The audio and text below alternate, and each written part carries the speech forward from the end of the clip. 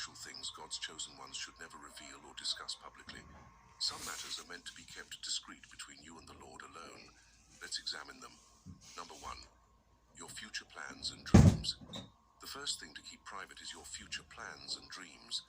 You see, the enemy has limited access to read your future. He works best when operating from presumption.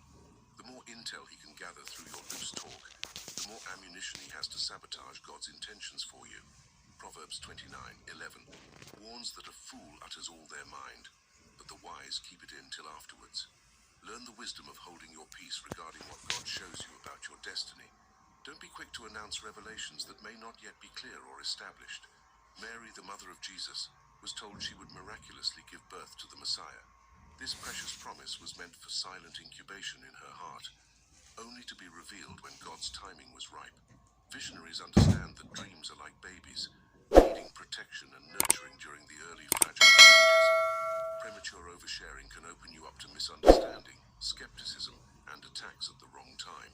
Rather than seeking vain public validation, quietly commit your visions to prayer. God may have you share pieces with a few trusted confidants for agreement, but avoid the temptation to excitedly broadcast unfinished dreams that require patient cultivation in the secret place. Until God gives the green light, keep your divine glimpses private. Learn to steward revelation with wisdom and maturity, not youthful impulsiveness. The future will unfold best when you don't provide the enemy intelligence through non-stop reporting of what God showed you. There is safety in silence. Number 2. Your family matters. A second crucial thing chosen ones must keep discreet is family matters. Whether marital disputes, health concerns, financial pressures, relational conflicts with children, or other sensitive issues, do not expose your inner circle carelessly. There are certain people who never seem to keep their family matters private. This is a very bad behavior that can destroy your family in no time. It isn't every little thing that happens between you and your spouse that should be published. Even when you have a disagreement, sometimes it's better to deal with it within your home first. You shouldn't become a public spectacle to others because you can't keep your mouth shut. Most of the people you share your family problems with also have their own issues, but one thing they never do is tell you about their own problems. So why do you go about publicizing your own family matters to others? It is a very bad concept. Yes, it is commonly said a problem shared is a problem solved, but this doesn't apply in every case. Sometimes it depends on who you are sharing your problems with. Sharing with the wrong person will mean a problem shared becomes a problem multiplied. Proverbs 17 tells us, whoever would foster love covers over an offense. And 1 Peter 4:8 says, above all, love each other deeply, because love covers over a multitude of sins. Avoid oversharing personal problems on social media or casual gossip with co-workers and neighbors. Do not provide legal access to vultures seeking an opportunity for accusation. Do not make your family vulnerable by airing their imperfections before a fault-finding audience. As a priest over your home, handle issues privately and protect your inner circle from unnecessary scrutiny. Seek help only from spiritually mature counselors who respect confidentiality. Imagine if Mary had rushed to her cousin Elizabeth, complaining about her betrothed Joseph's initial decision to leave her upon discovering her pregnancy. This family matter required wisdom and privacy. Do not swallow the enemy's bait toward resentment or bitterness against loved ones. Avoid slander that poisons how others perceive your family. Any dysfunction is an opportunity to extend more grace and forgiveness. God desires to heal and restore relationships, but in a context of love and secrecy, not exposed drama. Learn restraint rather than hurling stones through impulsive oversharing that can never be fully retracted. Number 3, your early victories and breakthroughs.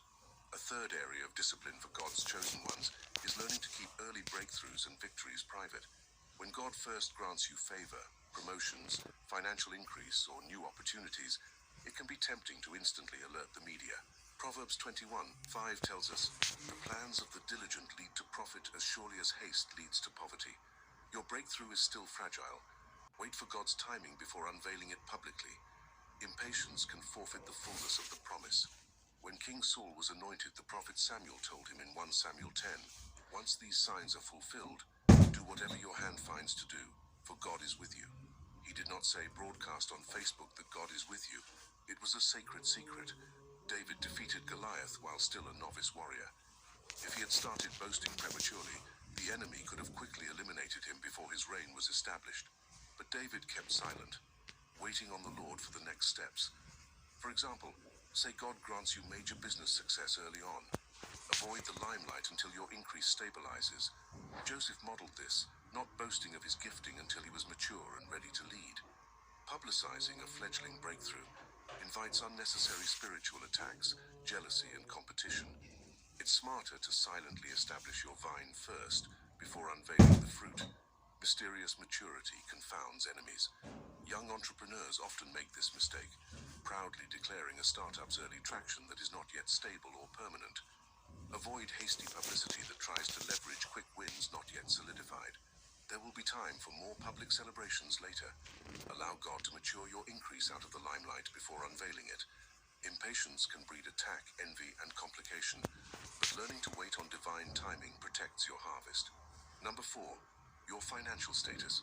Another unwise thing chosen ones do is openly boasting about financial increase and possessions.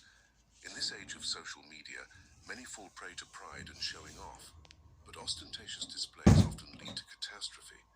Proverbs 13:11 warns, "Dishonest money dwindles away, but whoever gathers money little by little makes it grow." The wise understand that wealth multiplies through diligent private accumulation, not bragging. Avoid the snare of seeking validation through flaunting lavish purchases, vacations, homes, and other vain status symbols that shift trust away from God. Do not measure self-worth by fleeting riches. Focus on spiritual maturity and discreet stewardship that breeds lasting prosperity. Rather than envying those who flaunt opulence, embrace the hidden dignity of modest living. Necessity is often the mother of financial breakthrough, and reckless spending sabotages stability. Be more concerned with pleasing God than impressing others. Keep precise financial data like income statements, investments, savings balances, and inheritances private, even from extended family if possible. Do not attract unwanted lawsuits, jealousy, manipulation, greed, or theft by boasting about money. Quiet confidence in God's provision and gratefulness for what you have is far more important than showy extravagance to prove your net worth. Seek first His kingdom, and prosperity will follow in due time. In addition to keeping your financial status private, it is also wise for chosen ones to maintain some secrecy regarding career endeavors. When God opens doors for promotions, new jobs, or opportunities, avoid broadcasting every detail about your professional advancements and workplace relationships across social media. Oversharing can make you a target for envy, sabotage, unrealistic expectations from others, and even spiritual attacks trying to thwart divine alignments. Rather than posting constantly about achievements, keep excelling through quiet humility and consistent work ethic. As Proverbs 27:2 says, "Let someone else praise you and not your own mouth." Of course, be open about general progress to trusted mentors and family, but resist the temptation to overtly showcase every milestone and title to the public eye where envy and pride lurk. Divine promotion comes without striving when we allow God to naturally raise us up in proper timing as we focus on obeying His voice. Number 5, your spiritual encounters. The final crucial thing chosen ones must keep guarded is certain spiritual encounters and experiences. Dreams, visions, angelic visitations, prophecies, and other divine mysteries revealed to you. While at times God may have you share a testimony to encourage others, many profound moments with Him are meant just for you. Do not quickly turn sacred spiritual events into casual conversation pieces. Mary's visitation announcing her immaculate pregnancy was a secret only revealed later when angelic timing permitted. John was instructed not to write the thunders he heard in Revelation 10. Paul heard inexpressible things in 2 Corinthians 12 that he admitted no one is permitted to tell. Some revelations are like babies still developing in the womb. Birth them prematurely into the wrong atmospheres, and they will not survive. Learn to be a womb of incubation for what God imparts until He says reveal it openly. Avoid the flippancy of making deep spiritual experiences seem like light chatter to satisfy curiosity, and do not reduce holy mysteries to impressive sermon illustrations for personal glory. Honor the Lord by keeping intimacy private. May the Lord grant us wisdom to know when to speak boldly and when to cultivate prudent inner silence before Him alone. There is safety, power, and beauty in learning the sacred art of holding your peace. Thank you for joining me today. Please remember to like, share, and subscribe for more empowering messages. I appreciate you.